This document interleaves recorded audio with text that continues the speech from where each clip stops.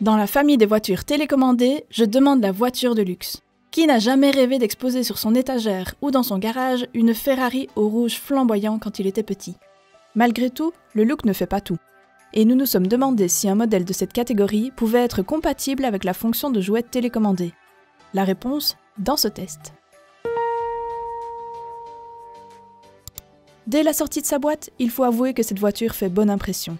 Cette reproduction à l'échelle 1/14e du modèle LaFerrari affiche un rouge plein de peps et des finitions d'une qualité remarquable. Les roues en particulier s'équipent de pneus en caoutchouc montés sur des jantes chromées rutilantes et le logo de Ferrari revient régulièrement à divers endroits de la voiture de manière très soignée.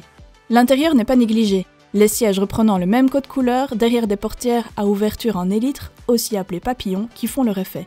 La manette, semblable au volant d'une voiture, affiche quant à elle une très bonne prise en main, bien que les habituels sticks soient remplacés par 2 boutons ornés de flèches pour la direction. Pour les enfants à partir de 6 ans, le pilotage ne pose vraisemblablement aucun problème. Petite particularité de l'ensemble, aucune vis n'est nécessaire pour la mise en place des piles.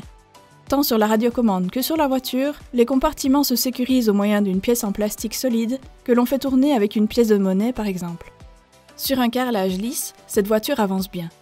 D'après la fiche produit, elle peut aller jusqu'à une vitesse de 9 km/h. Étant donné la position très basse de son bas de caisse, elle se destine principalement à un usage intérieur. Comme le précise la notice, elle n'est pas étanche et ne résiste donc ni à la pluie ni à des terrains de roulage humides. Nous avons tout de même été déçus de constater que même dans notre salon, elle a été incapable de surmonter le moindre obstacle, qu'il s'agisse d'un tapis ou d'un câble, même très fin. La carrosserie semble également assez sensible aux griffes, puisqu'elle n'est pas pourvue d'un pare-choc adapté. Si vous voulez garder votre bolide intact, mieux vaut donc rester prudent lors du pilotage. On apprécie cependant l'allumage automatique des feux avant et arrière pendant la conduite, petit plus toujours intéressant pour le réalisme de l'engin. Enfin, l'autonomie annoncée est de 30 minutes en fonction des piles utilisées, donnée qui s'est vérifiée lors de nos tests et s'inscrit tout de même dans la moyenne. Cette réplique LaFerrari répond finalement à nos attentes du point de vue esthétique, mais se montre un peu décevante sur le terrain. Utilisée dans de bonnes conditions, c'est-à-dire à l'intérieur et sur une surface plane dénuée de tout obstacle, elle procure néanmoins plusieurs minutes de jeu assez satisfaisantes.